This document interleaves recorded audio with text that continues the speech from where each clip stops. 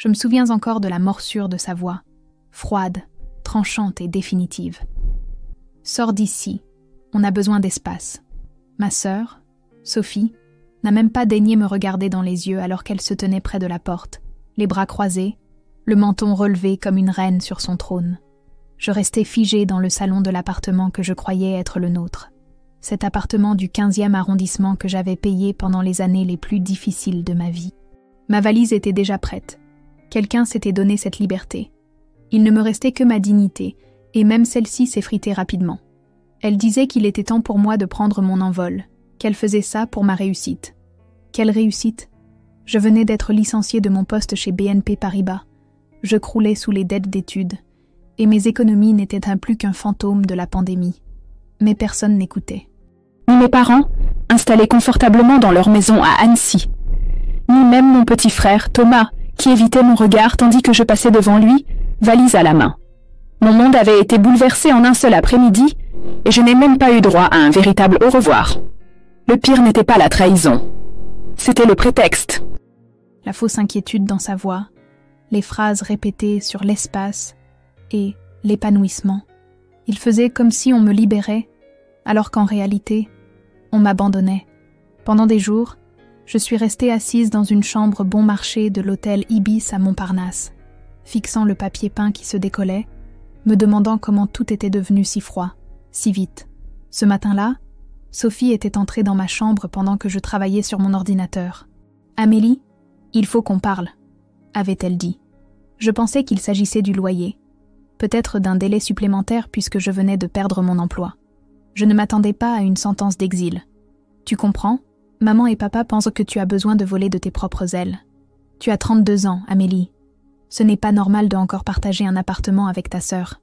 Sa voix était doucereuse, comme si elle récitait une leçon apprise par cœur. Mais j'ai payé cet appartement, ai-je protesté. Pendant 3 ans, quand tu étais au chômage, c'est moi qui ai tout payé. Son regard s'est durci. C'était temporaire. Et puis, l'appartement est au nom de papa. C'était donc ça. Notre père, toujours manipulateur, avait orchestré tout cela. Quand j'avais acheté l'appartement, je n'avais pas encore de situation stable. Alors il avait proposé de mettre le titre de propriété à son nom, pour te protéger, avait-il dit. Je comprenais maintenant de quoi il voulait me protéger, de mon indépendance. J'ai essayé d'appeler mes parents. C'est pour ton bien, a dit ma mère avec cette voix qui ne tolérait aucune discussion. Tu dois apprendre à te débrouiller seule. Me débrouiller seule? Après avoir soutenu toute la famille pendant la crise sanitaire? Après avoir renoncé à mes propres projets pour que Sophie puisse terminer ses études à Sciences Po? La douleur était insupportable. Le soir même, je me retrouvais sur le trottoir du boulevard Pasteur, 2 valises et un sac à dos contenant toute ma vie. La porte de l'immeuble haussmannien s'était refermée derrière moi avec un claquement définitif.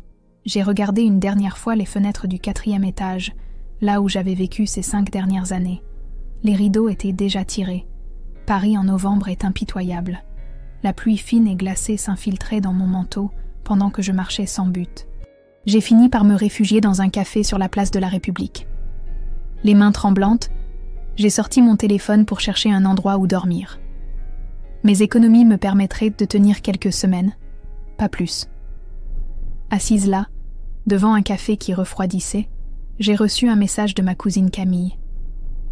J'ai appris ce qui s'est passé. C'est injuste. Si tu as besoin d'un toit, mon canapé est disponible. Un petit rayon de lumière dans cette journée sombre.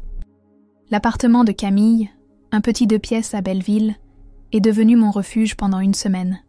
Elle travaillait comme infirmière à l'hôpital Saint-Louis et n'était presque jamais là, me laissant l'espace pour pleurer, rager et finalement réfléchir. « Tu sais, » m'a dit Camille un soir en rentrant de garde, « parfois les pires trahisons nous ouvrent les meilleures portes. » J'ai ri amèrement. « Quelle porte ? Je n'ai plus de travail, plus de logement, et ma famille m'a tourné le dos. Tu as ton cerveau, a-t-elle répondu simplement, et tu as cette colère. Utilise-la. » Cette nuit-là, allongée sur son canapé inconfortable, j'ai fixé le plafond en écoutant les bruits de la ville, les klaxons lointains, les rires qui montaient d'un bar en bas, la vie qui continuait malgré tout. J'ai pensé à Sophie, probablement confortablement installée dans mon lit, à mes parents, qui avait choisi de la soutenir elle, comme toujours. Le lendemain, j'ai commencé à chercher un studio, quelque chose de petit, d'abordable, un point de départ. L'agent immobilier m'a montré un réduit de 18 métars dans le 20e arrondissement, avec une vue sur un mur et une douche si petite qu'il fallait se contorsionner pour se laver. « C'est tout ce que je peux vous proposer avec votre budget », a-t-il dit avec un haussement d'épaules. J'ai signé le bail le jour même. Dans les semaines qui ont suivi, j'ai appris que la solitude avait 2 visages. Il y avait cette douleur sourde de l'abandon, qui me réveillait parfois en pleine nuit, et puis il y avait cette liberté nouvelle, étrange, presque effrayante. Personne pour juger mes choix. Personne pour me dire que mes rêves étaient trop grands, trop risqués. Pour la première fois de ma vie, je n'avais de comptes à rendre qu'à moi-même. Et malgré la précarité de ma situation, malgré la blessure encore ouverte de la trahison, j'ai senti qu'une graine de quelque chose, peut-être de l'espoir, peut-être de la détermination, commençait à germer en moi. « Tu verras, Sophie », ai-je murmuré un soir, en regardant les lumières de la ville depuis ma minuscule fenêtre. « Un jour, tu regretteras d'avoir fermé cette porte. Recommencer n'est jamais aussi glamour que dans les films. » J'ai loué ce minuscule studio à Ménilmontant qui sentait le moisi et le désespoir. Mon CV partait chaque jour vers des dizaines d'entreprises et je survivais avec des pattes et ma fierté. Mon diplôme de l'ESSEC semblait une cruelle plaisanterie chaque fois que je dépassais mon découvert par accident. Et pourtant, quelque chose en moi refusait d'abandonner. Les premiers mois ont été les plus durs. Janvier à Paris est impitoyable pour ceux qui comptent leurs centimes. Le chauffage de mon studio fonctionnait par intermittence et je dormais souvent habillée, enroulée dans 2 couvertures. Chaque matin, je me réveillais avec les doigts gourds de froid, mais je m'obligeais à ouvrir mon ordinateur, à envoyer des candidatures, à croire que quelque chose finirait par se présenter. J'ai pris des petits boulots, promener les chiens des riches habitants du Marais, donner des cours particuliers de mathématiques à des lycéens, même travailler en nocturne dans un centre d'appel pour une compagnie d'assurance. Chaque emploi était une brique, et lentement, je reconstruisais un mur derrière lequel m'abriter. La solitude était parfois insupportable. Le studio était si petit que je pouvais toucher les 2 murs opposés en étendant les bras. Les nuits étaient longues, peuplées de doutes et de souvenirs. Ma voisine, Madame Legrand, une veuve de 70 ans, est devenue ma première amie dans ce nouveau monde. Elle toquait à ma porte chaque dimanche avec un morceau de tarte ou une part de quiche. « On ne peut pas réfléchir correctement le ventre vide », disait-elle en posant son plat sur ma minuscule table. Elle ne posait jamais de questions sur mon passé, mais elle écoutait quand j'avais besoin de parler. Un soir de mars, alors que nous partagions une bouteille de vin bon marché, elle m'a demandé « Mais qu'est-ce que tu faisais avant ?» « J'étais analyste financière », ai-je répondu, surprise par l'amertume dans ma voix. J'aidais les entreprises à gérer leurs investissements, à optimiser leur fiscalité. Ses yeux vifs m'ont scruté par-dessus ses lunettes. « Et tu étais douée ? La meilleure de mon département. » Elle a hoché la tête, comme si elle venait de résoudre une énigme. « Alors pourquoi tu n'aides pas les gens comme moi ? Des gens normaux qui ne comprennent rien aux impôts, aux placements, à tous ces papiers qui nous font peur ? Cette nuit-là, je n'ai pas dormi. L'idée tournait dans ma tête comme un manège. Pourquoi pas ? Qu'avais-je à perdre ? Le lendemain, j'ai créé une page LinkedIn, ajouté une description simple, consultation financière personnalisée pour particuliers et petites entreprises. J'ai fixé des tarifs modestes. J'ai imprimé des cartes de visite dans une boutique du quartier et j'ai commencé à les distribuer dans les commerces locaux. Pendant des semaines, rien ne s'est passé. Je continuais mes petits boulots, mangeais les tartes de Madame Legrand et me demandais si je n'étais pas en train de poursuivre une chimère. Et puis un matin d'avril, mon téléphone a sonné. Une boulangère du quartier, accablée par des problèmes fiscaux, cherchait de l'aide. Nous nous sommes rencontrés dans l'arrière-boutique de sa boulangerie, entre 2 fournées. L'odeur du pain chaud flottait dans l'air tandis que j'épluchais ses factures, ses déclarations mal remplies, ses relances de l'administration. « Je peux arranger ça », lui ai-je dit. Et pour la première fois depuis mon expulsion, j'ai senti que je reprenais le contrôle. La boulangère, Nathalie, est devenue ma première véritable cliente. Elle m'a payé en espèces, glissée dans une enveloppe avec une baguette encore tiède.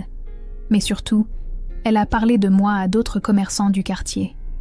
Un fleuriste, puis un boucher, puis le propriétaire d'un petit salon de coiffure. Le bouche à oreille fonctionnait mieux que toutes les stratégies marketing que j'avais apprises à l'école de commerce. En juin, j'avais suffisamment de clients réguliers pour abandonner le centre d'appel. En août, j'ai pu louer un bureau, un espace minuscule dans un espace de coworking à Bastille. Mais c'était le mien. Les jours où je sentais la peur revenir, je me rappelais les mots de Madame Legrand. « Tu as déjà tout perdu. Maintenant, tu ne peux que gagner. » Mon téléphone sonnait constamment. Pour la première fois depuis longtemps, je me sentais utile, voire indispensable. Je n'étais plus juste une statistique sur une liste de demandeurs d'emploi. J'étais devenue celle qui trouve des solutions. L'automne est arrivé, et avec lui, une proposition inattendue. Un de mes clients, propriétaire d'un petit restaurant sur le canal Saint-Martin, m'a présenté à son frère, directeur d'une agence bancaire locale du Crédit Mutuel. Il cherche quelqu'un qui comprend vraiment les besoins des entrepreneurs du quartier, m'a-t-il expliqué. Quelqu'un qui parle leur langage. L'entretien a eu lieu autour d'un café sur une terrasse ensoleillée. J'ai parlé de mes clients, de leurs difficultés, de la façon dont les banques traditionnelles les négligeaient souvent. Je ne cherchais pas un emploi.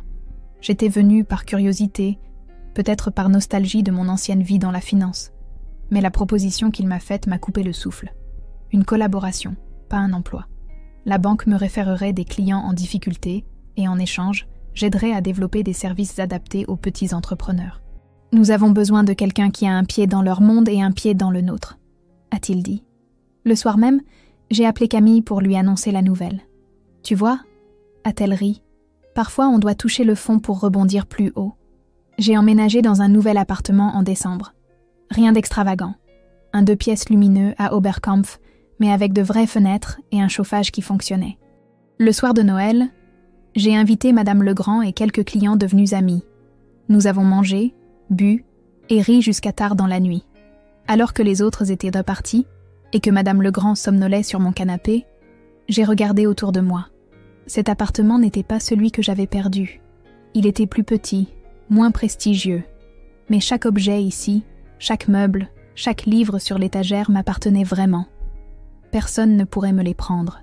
J'ai pensé à Sophie, à mes parents. La douleur était toujours là, mais plus sourde, comme une vieille blessure qui avait cicatrisé en laissant une marque. Je n'avais pas eu de leurs nouvelles, sauf un message laconique de ma mère pour mon anniversaire. Parfois, je me demandais s'ils savaient que j'avais survécu, que j'étais même en train de prospérer. Au printemps suivant, presque 1 an jour pour jour après mon expulsion, ma petite entreprise de conseil avait suffisamment grandi pour que j'engage une assistante. Une jeune femme brillante, fraîchement diplômée, qui me rappelait un peu moi-même avant que le monde ne s'écroule. « Comment avez-vous commencé ?» m'a-t-elle demandé lors de son premier jour. J'ai hésité, cherchant les mots justes. Comment expliquer que parfois, c'est en perdant tout qu'on trouve sa voie? Disons que j'ai été forcée de sauter dans le vide, ai-je finalement répondu. Et contre toute attente, j'ai appris à voler. Lancer une entreprise n'est jamais simple, surtout quand on part de rien. J'avais créé un site internet basique, imprimé des cartes de visite économiques et envoyé des emails à tous les petits commerçants dans un rayon de 5 km. Pendant des semaines, le silence a été ma seule réponse. Et puis, un matin de juin, j'ai reçu un message. Une libraire du quartier de la Butte aux Cailles, écrasée par des impôts impayés et des pénalités de retard. Françoise Dumont.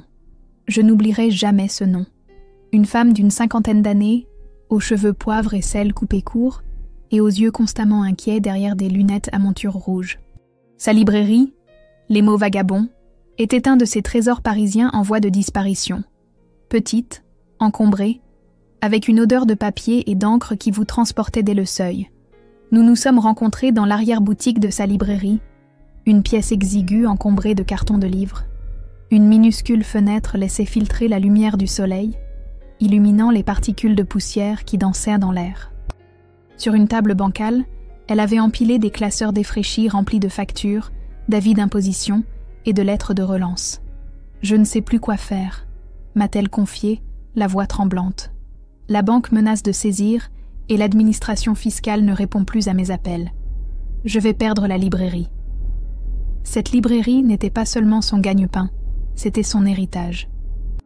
Son père l'avait ouverte dans les années 60, y avait accueilli des écrivains aujourd'hui célèbres, avait survécu à l'arrivée des grandes chaînes et d'Internet, Maintenant, c'était à son tour de se battre. Je me suis penchée sur ces documents comme s'ils contenaient les secrets de l'univers.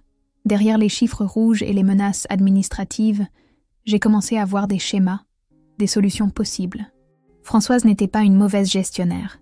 Elle avait simplement été dépassée par les changements dans le marché du livre et par une succession de problèmes personnels qui avaient accaparé son attention. « Je peux vous aider », lui ai-je dit après plusieurs heures d'analyse. « Mais ce ne sera pas facile et vous devrez me faire confiance complètement. » Elle a pleuré, silencieusement d'abord, puis en sanglots qui secouaient ses épaules. Personne ne m'a dit ça depuis des mois. Tout le monde me conseille de fermer, de vendre, d'abandonner. Ce jour-là, j'ai compris que ce que j'offrais allait au-delà des chiffres. C'était de l'espoir. Pendant les semaines suivantes, j'ai pratiquement vécu dans cette arrière-boutique. J'ai négocié avec l'administration fiscale, établi un plan de remboursement échelonné, restructuré sa comptabilité, et même passé des soirées à vendre des livres pour mieux comprendre son commerce. Françoise m'a payé en plusieurs fois. Des enveloppes contenant des billets soigneusement comptés, toujours accompagnés d'un livre qu'elle pensait que j'aimerais. Ce premier succès a été comme une bouffée d'oxygène après des années d'asphyxie. Il m'a rappelé que j'avais encore de la valeur, que je n'avais pas été expulsée de ma propre valeur en même temps que de l'appartement.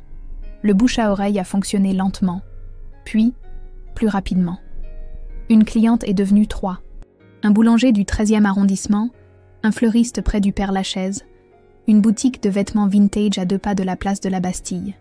J'ai rationalisé leurs dépenses, consolidé leurs dettes et les ai aidés à trouver une stabilité. Mon téléphone sonnait constamment. Pour la première fois depuis des années, je me sentais utile, voire puissante. Je ne me contentais plus de survivre. Je devenais indispensable. Françoise est restée ma cliente la plus fidèle. Sa librairie a non seulement survécu, mais a commencé à prospérer à nouveau. Elle a organisé des événements, des clubs de lecture, des séances de dédicaces. Ensemble, nous avons créé un espace en ligne pour vendre des livres rares qui attiraient des collectionneurs du monde entier. Chaque fois que j'entrais dans sa boutique, elle m'accueillait avec un sourire complice et la même phrase « Voilà ma sauveuse ».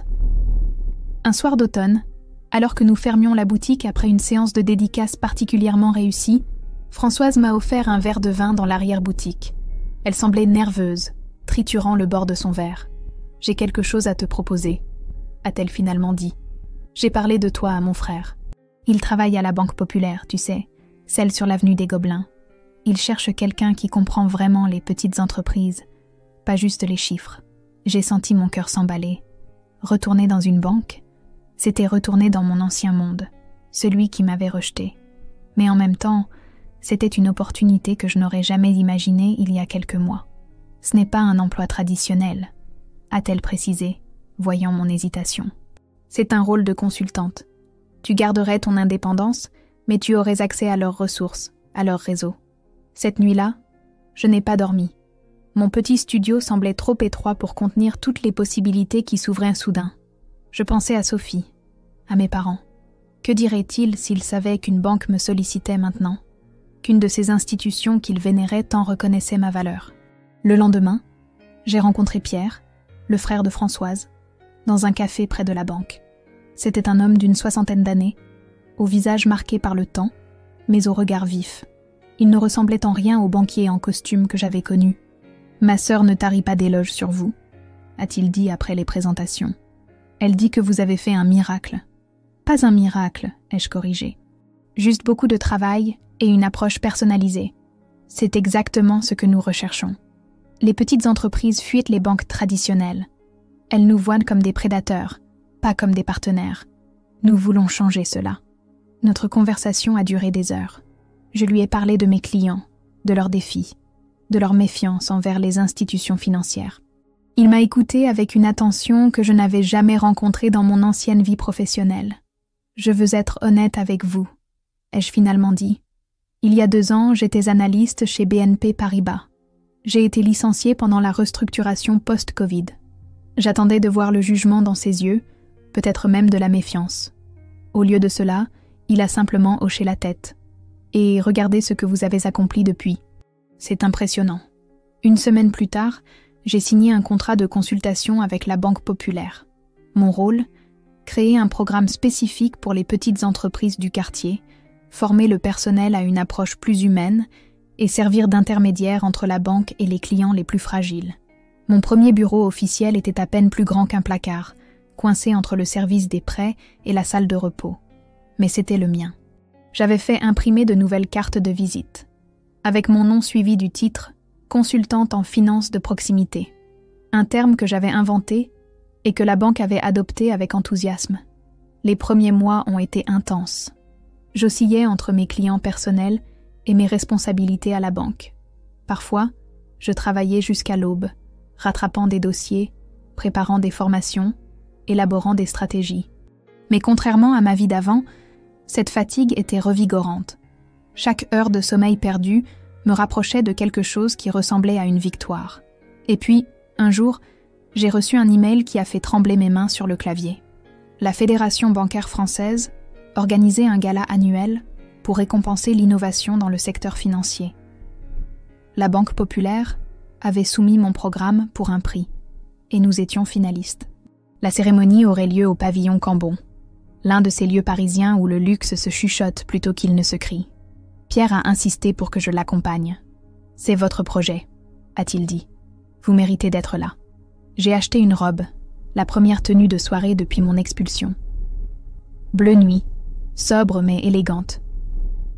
En me regardant dans le miroir de ma nouvelle salle de bain, dans mon nouvel appartement, j'ai eu du mal à reconnaître la femme qui me fixait. Ses yeux avaient une assurance que je n'avais jamais possédée, même dans mes jours les plus prospères chez BNP. Le soir du gala, en montant les marches du pavillon Cambon, j'ai pensé à la dernière fois que j'avais assisté à un événement similaire. J'étais l'assistante de quelqu'un d'autre, invisible dans mon tailleur noir réglementaire. Ce soir, j'entrais par la grande porte, mon nom sur la liste des invités d'honneur. Je ne savais pas encore que le destin me réservait une rencontre qui allait tout changer. Je ne savais pas que, quelque part dans cette salle étincelante, Sophie m'attendait sans le savoir. Cela faisait presque 2 ans que je n'avais pas vu Sophie. Je n'avais pas prévu de la revoir un jour, mais le destin a parfois un sens de l'humour tordu. Nous nous sommes retrouvés au même dîner de gala, celui de la Fédération bancaire française, où mon programme était finaliste. J'avais revêtu ma plus belle tenue, les cheveux soigneusement coiffés, la confiance comme une armure. Elle était de l'autre côté de la salle, drapée dans une robe Dior, riant comme si le mot trahison n'avait jamais franchi ses lèvres. Elle ne m'a pas reconnue immédiatement, pas avant de se retrouver au comptoir des paiements pour la vente aux enchères caritatives et que sa carte soit refusée. Le serveur a essayé 2 fois, puis lui a poliment demandé si elle avait un autre moyen de paiement. Son sourire s'est figé. Ses amis ont commencé à chuchoter. Je me suis avancée, tendant délicatement ma carte platine au serveur. « Laissez-moi m'en occuper », ai-je dit avec un sourire. « C'est la moindre des choses. Après tout, je conseille la banque maintenant. » Le silence a été immédiat et délicieux. Son visage a pâli. J'ai remercié le serveur, et je suis partie, mes talons claquant comme une ponctuation sur une phrase finale. C'est Pierre qui m'avait présenté ce soir-là, ignorant totalement le drame familial qui se jouait sous ses yeux. Voici Amélie Dufresne, l'architecte de notre programme Finance de proximité, qui a transformé notre approche envers les petites entreprises, avait-il annoncé fièrement à un groupe de directeurs de banque. J'avais senti leurs regards évaluateurs, ces hommes en costume sombre qui autrefois m'auraient à peine adressé la parole. « Quel parcours avez-vous suivi, mademoiselle Dufresne ?» m'avait demandé l'un d'eux, un PDG dont le nom apparaissait régulièrement dans les échos. J'avais souri. Un parcours non conventionnel. Disons que j'ai appris sur le terrain. À ce moment précis, j'avais aperçu Sophie.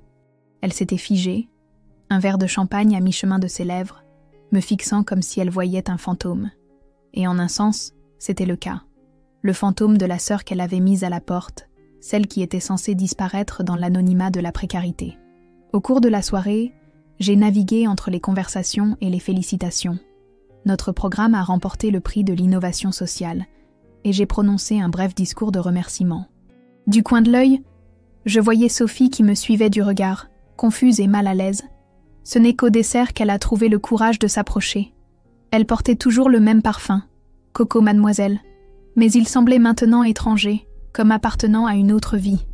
« Amélie », a-t-elle dit, sa voix à peine audible par-dessus la musique de l'orchestre. « Je ne savais pas que tu serais là. »« Évidemment », ai-je répondu calmement. « Tu ne sais jamais où je suis, n'est-ce pas ? C'était l'idée, après tout. Son regard a vacillé. Tu as l'air... bien. Je vais mieux que bien, Sophie. Mais tu n'es pas venue me parler de ma santé, n'est-ce pas? Tu veux savoir comment j'ai pu payer ton enchère de 10 000 €. Elle a rougi. Ce n'est pas ça. Je voulais juste... Il y a eu un malentendu avec ma carte. Comme c'est ironique, ai-je remarqué, sirotant mon champagne. Te souviens-tu quand tu as refusé de me prêter 200 € pour mon loyer temporaire après m'avoir mise à la porte? Je ne peux pas, c'est une question de principe, avais-tu dit. Aujourd'hui, je viens de payer 10 000 € pour ton enchère. Les principes changent, apparemment. Une serveuse est passée avec un plateau. J'ai déposé mon verre vide et en ai pris un plein. Sophie semblait diminuer. Sa posture habituellement altière s'était affaissée. « Les parents voudraient te voir », a-t-elle finalement dit. « Ils demandent souvent de tes nouvelles. » J'ai éclaté d'un rire qui a fait se retourner plusieurs têtes. « Vraiment ? Ils auraient pu appeler. Mon numéro n'a pas changé. Tu ne répondais pas. J'ai répondu les 6 premières semaines. Après, j'ai arrêté d'espérer. Un silence lourd s'est installé entre nous. Les lumières dorées du pavillon Cambonne se reflétaient dans les larmes qui menaçaient de déborder des yeux de Sophie. Pendant un instant, j'ai ressenti une pointe de compassion. Puis, je me suis souvenu de la pluie froide sur mon visage cette nuit de novembre, de la solitude écrasante des premiers mois, des repas sautés pour économiser chaque centime. Je dois y aller, ai-je dit en consultant ma montre. Mes collègues m'attendent pour la photo officielle. Amélie, s'il te plaît.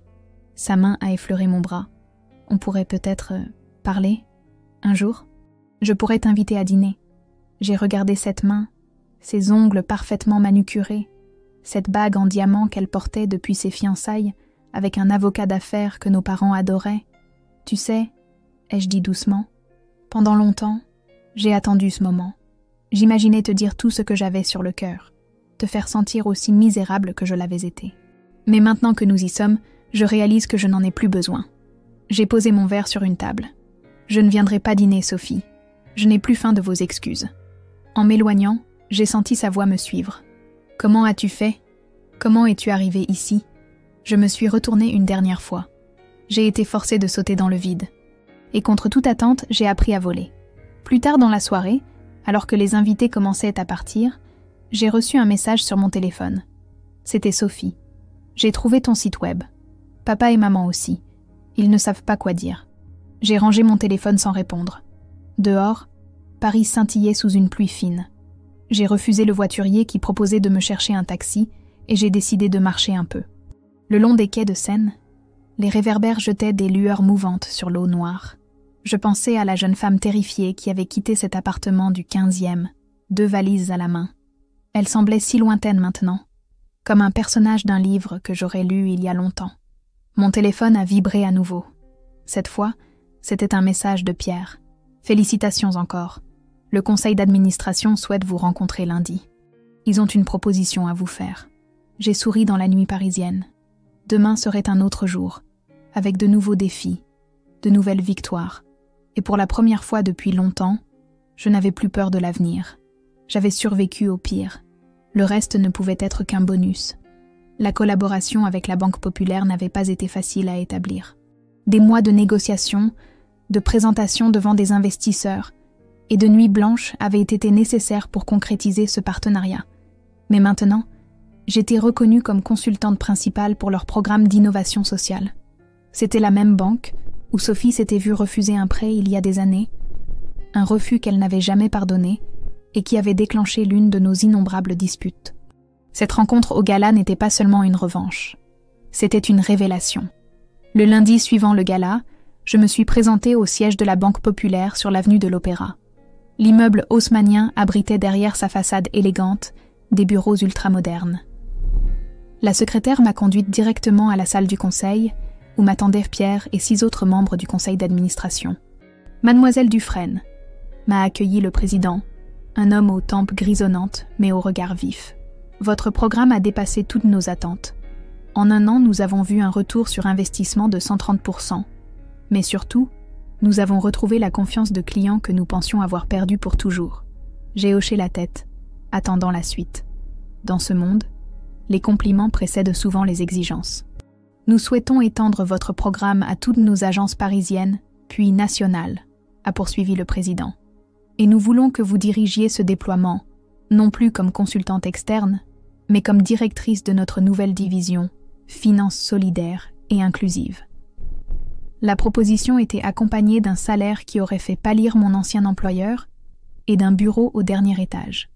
J'ai demandé un délai de réflexion, non pas par hésitation, mais pour savourer ce moment. 3 ans plus tôt, cette même banque m'aurait à peine considéré pour un poste d'analyste junior. En sortant du bâtiment, j'ai marché sans but le long des grands boulevards, mon esprit tournant à plein régime. Les gens supposaient que j'avais hérité d'une fortune ou que j'avais des investisseurs fortunés. Ils ne voyaient pas les nuits où j'avais pleuré dans ma voiture après des réunions avec des clients. Ils ne savaient pas que j'avais dormi sur un matelas à même le sol pour économiser sur le loyer. Mon succès était bâti sur la résilience, pas sur des raccourcis. Chaque victoire était personnelle. Chaque pas en avant était une bataille. Ce soir-là, dans mon appartement d'Oberkampf, j'ai ouvert mon ordinateur pour consulter mes emails. Il y en avait un de Sophie, envoyé quelques heures après notre rencontre au gala. « Pouvons-nous parler ? J'ai tant de questions. Et aussi, des excuses, peut-être. Je l'ai laissé sans réponse. Je n'avais plus rien à prouver. L'appartement dont elle m'avait chassé, je pourrais en acheter 10 comme celui-là maintenant. Mais je n'en avais pas besoin. J'avais déjà tout ce qui comptait. La dignité, l'indépendance et un avenir qui m'appartenait vraiment. Une semaine après le gala, j'ai accepté l'offre de la Banque Populaire. Mon installation dans mon nouveau bureau a été accueillie par une corbeille de fruits et une bouteille de champagne Ruinart. Sur la carte qui les accompagnait, Pierre avait simplement écrit « L'avenir vous appartient ».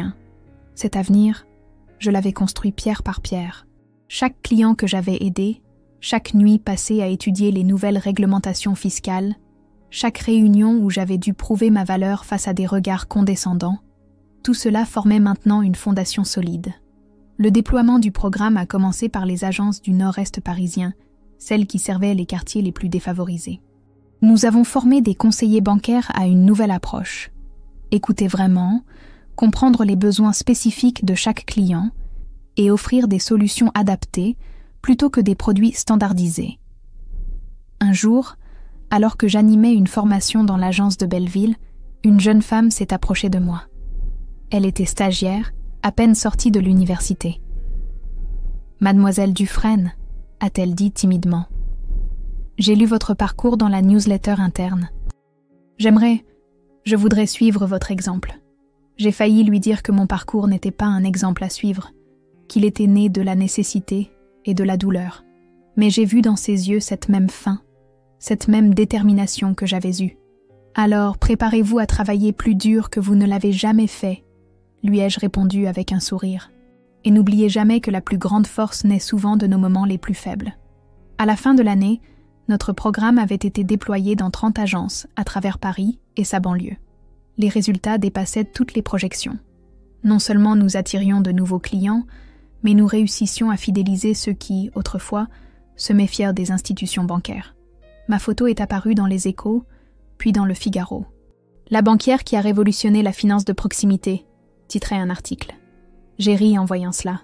Je n'étais pas vraiment banquière, plutôt une outsider qui avait infiltré le système pour le changer de l'intérieur. Les demandes d'interview se sont multipliées. J'ai accepté celle de France Inter, refusé celle du Parisien. Je ne voulais pas devenir un personnage, mais plutôt faire avancer mes idées. Lors de l'émission, le journaliste a insisté sur mon parcours atypique. « Comment êtes-vous passée de sans emploi à directrice d'une division bancaire en moins de 3 ans ?» a-t-il demandé. « Par nécessité, » ai-je répondu honnêtement. « Quand on vous ferme toutes les portes, vous devez soit forcer l'entrée, soit construire votre propre maison. J'ai choisi de construire. » Ces paroles ont résonné bien au-delà de ce que j'imaginais. Le lendemain, mon équipe m'a montré que la citation faisait le tour des réseaux sociaux. Des femmes entrepreneurs m'écrivaient pour partager leurs histoires, leurs luttes, leurs victoires. Une communauté se formait, et je me retrouvais, malgré moi, à en être une figure centrale. C'est à ce moment que mes parents ont tenté de me contacter. Pas directement. Ils n'en avaient pas le courage. Ils ont envoyé une lettre à mon bureau, adressée à Madame la directrice Amélie Dufresne. Dans l'enveloppe, une carte de visite de mon père et un mot bref. « Nous sommes fiers de toi. » « Pouvons-nous te voir ?» J'ai déchiré la note et jeté les morceaux. Leur fierté arrivait trop tard. Où étaient-elles quand je dormais dans une chambre d'hôtel minuscule, terrifiée par l'avenir? Où étaient leurs appels quand je mangeais des pâtes tous les soirs pour économiser chaque euro? Non, je n'avais pas besoin de leur approbation maintenant que j'avais réussi selon leurs critères. Le printemps suivant, la Banque Populaire a organisé une conférence sur l'innovation financière. J'étais l'une des principales intervenantes. La salle était pleine. Banquiers, entrepreneurs, journalistes. Au premier rang, j'ai aperçu un visage familier. Françoise, ma première cliente, était venue m'écouter. À côté d'elle, Madame Legrand, toujours élégante malgré ses 70 ans. Elles m'ont adressé un sourire complice. C'est pour elle, et pour toutes les personnes comme elle, que j'avais créé ce programme. Pas pour les chiffres ou les récompenses, mais pour donner aux gens ordinaires les outils pour reprendre le contrôle de leur vie financière. Pendant mon discours, j'ai raconté l'histoire de Françoise et sa librairie, sans la nommer. J'ai expliqué comment les institutions financières traditionnelles abandonnaient souvent ceux qui avaient le plus besoin d'aide, et comment nous pouvions changer cela. La véritable innovation n'est pas dans les algorithmes ou les applications mobiles, ai-je conclu. Elle est dans notre capacité à reconnaître que derrière chaque compte, chaque crédit, chaque chiffre, il y a un être humain avec des rêves, des peurs et une histoire unique. Les applaudissements qui ont suivi étaient assourdissants. En quittant la scène, j'ai croisé le regard de Pierre. Il hochait la tête avec une fierté presque paternelle. La réception qui a suivi la conférence se déroulait dans les jardins du Palais Royal. Sous les arcades historiques, parmi les roses et les fontaines, des serveurs circulaient avec des plateaux de champagne. J'ai repéré Françoise et Madame Legrand, et je me suis dirigée vers elles. « Vous étiez magnifique », m'a dit Françoise en m'embrassant. Qui aurait cru que la jeune femme désespérée dans mon arrière-boutique deviendrait ça? Elle a fait un geste englobant la réception. Mon tailleur Chanel, ma nouvelle assurance.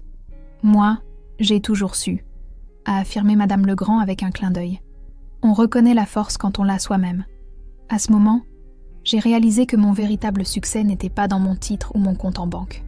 Il était là, dans ces relations authentiques, dans la confiance que ces femmes avaient placée en moi quand je n'étais rien. C'était la vraie richesse, celle que personne ne pourrait jamais me prendre. Je passe parfois devant cette ancienne maison. Elle me semble plus petite maintenant. Pas physiquement, mais dans ma mémoire. Je n'aspire plus à ce qu'elle représentait. La sécurité, la famille, l'appartenance. J'ai créé mes propres définitions de ces mots. Mes clients, mon équipe, même les stagiaires que je guide. Voilà ma vraie maison désormais. C'est un matin de mai, presque 3 ans jour pour jour après mon expulsion, que je me retrouve dans le 15e arrondissement. Je ne l'ai pas planifié. Je participais à une réunion avec une association de commerçants du quartier, et mes pas m'ont naturellement conduite vers la rue Lecourbe. L'immeuble est toujours là, immuable, avec ses balcons en fer forgé et sa porte d'entrée massive. Je m'arrête sur le trottoir d'en face, observant les fenêtres du 4e étage. Les rideaux sont différents, bordeaux au lieu de bleu. Sophie a dû redécorer. Un jeune homme sort de l'immeuble, probablement un nouveau voisin. Il me jette un regard curieux en me voyant immobile sur le trottoir. Je lui souris et continue ma route. Je n'ai plus rien à faire ici. Mon téléphone vibre dans ma poche. C'est un message de Camille, ma cousine. Devine qui m'a appelé? Tante Elisabeth, elle veut ton numéro. Apparemment, l'appartement de Sophie est en vente, et il se demandait si tu voudrais l'acheter. Je lui ai dit que tu étais très occupée avec ta banque. Je ris doucement. Ma mère, toujours pragmatique. Elle a dû finalement accepter que sa fille cadette soit devenue quelqu'un d'important. Quelqu'un dont le nom apparaît dans la presse économique. L'ironie ne m'échappe pas. Il a fallu que je réussisse selon leurs critères pour qu'ils essaient de revenir dans ma vie. Je ne réponds pas immédiatement à Camille.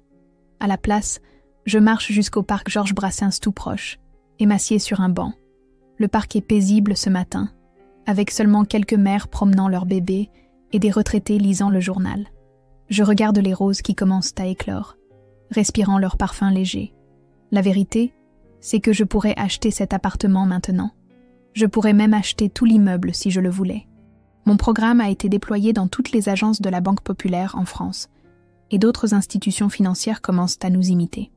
J'ai reçu des offres de grands groupes internationaux, des propositions de livres, des invitations à des conférences à l'étranger.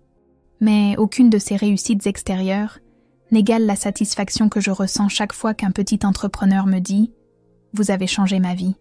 Je compose finalement une réponse à Camille. Dis à maman que je ne suis pas intéressée, mais merci d'avoir demandé. Quelques secondes plus tard, elle répond « Je m'en doutais. Au fait, tu viens toujours dîner dimanche ?» Je souris. Ce dîner du dimanche chez Camille est devenu une tradition mensuelle. Elle, son mari Marc, leurs 2 enfants, et parfois quelques amis communs. Une famille choisie, pas imposée. Bien sûr, j'apporte le dessert. En quittant le parc, je prends la direction de mon bureau près de l'opéra. La journée s'annonce chargée. Réunion avec l'équipe de développement, déjeuner avec un représentant de la Banque de France, puis une séance de mentorat avec 2 jeunes femmes entrepreneurs que j'ai prises sous mon aile. Ce mentorat est peut-être ce dont je suis le plus fière. Chaque mois, je sélectionne 2 femmes en situation précaire, mais avec un projet solide. Pendant 6 mois, je les guide, les mets en contact avec les bonnes personnes, les aide à structurer leur plan d'affaires. Je leur offre ce que personne ne m'a offert, une chance. Dans le métro, je capte des bribes de conversation, des vies qui s'entrecroisent. Une jeune fille inquiète pour ses examens, un homme d'affaires négociant au téléphone, une femme âgée racontant ses vacances à une amie, tous ces destins, toutes ces histoires différentes. Je me demande combien d'entre eux traversent une tempête invisible, comme celle que j'ai connue. À la station Opéra, je remonte à la surface et la lumière du printemps m'éblouit momentanément. Le boulevard est animé, parisien jusqu'au bout des ongles avec ses terrasses de café déjà bondées, malgré l'heure matinale. Dans la vitrine d'une librairie, j'aperçois la couverture du dernier livre de Françoise. Elle a finalement écrit ce roman dont elle parlait depuis des années. Une autre victoire, petite mais significative.